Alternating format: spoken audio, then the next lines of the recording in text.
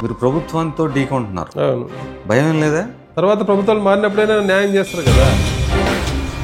ఏం దొరకలేదు కదా. అది కూడా తప్పుడు కేసే.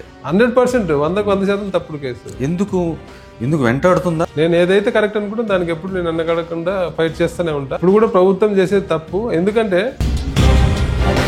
ఉద్యోగ సంఘాలని ఎందుకు వైసీపీ ప్రభుత్వ పెద్దల దాకా తీసుకెళ్లలేదు? వాళ్ళు చాలా దూరం పెట్టారు. సీఎం గారు అందరిని పిలిచి ఒక సమస్య మీద మాట్లాడడం చెప్పమనండి ఏ ఉద్యోగ సంఘ నాయకుడైనా.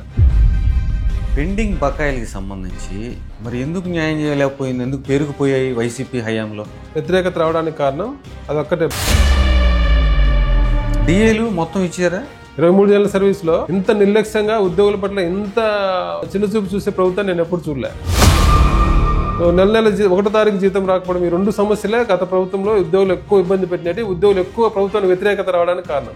కానీ ఈ ప్రభుత్వంలో 1,90,000 చెప్పాలంటే.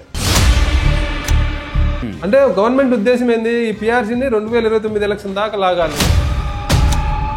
డిప్యూటీ సీఎం గారు పవన్ కళ్యాణ్ గారు చాలా స్పెసిఫిక్ గా మేము వారంలో చేస్తాం, 10 రోజుల్లో చేస్తామని ఊరికే ఊకదంపుడు ఉపన్యాసాలు చెప్పము. కాకపోతే 1 సంవత్సరం రోజులు అయితే ఖచ్చితంగా దీన్ని పరిష్కరిస్తామని చెప్పారు.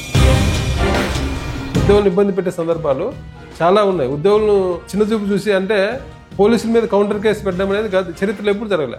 ఒక కేసు పెట్టినప్పుడు అది తప్ప కాదా అని కోర్టు డిసైడ్ చేయాలి. కోర్టులో కేసు పెండింగ్ ఉండగానే నువ్వు పెట్టిన తప్పుడు కేసు అని పోలీసులు డీజీపీ స్థాయి అధికారులను సస్పెండ్ చేయడం అనేది ఎక్కడ, ఈ మన రాష్ట్రం కాదు, ఈ దేశ చరిత్రలో ఎక్కడ జరిగింది.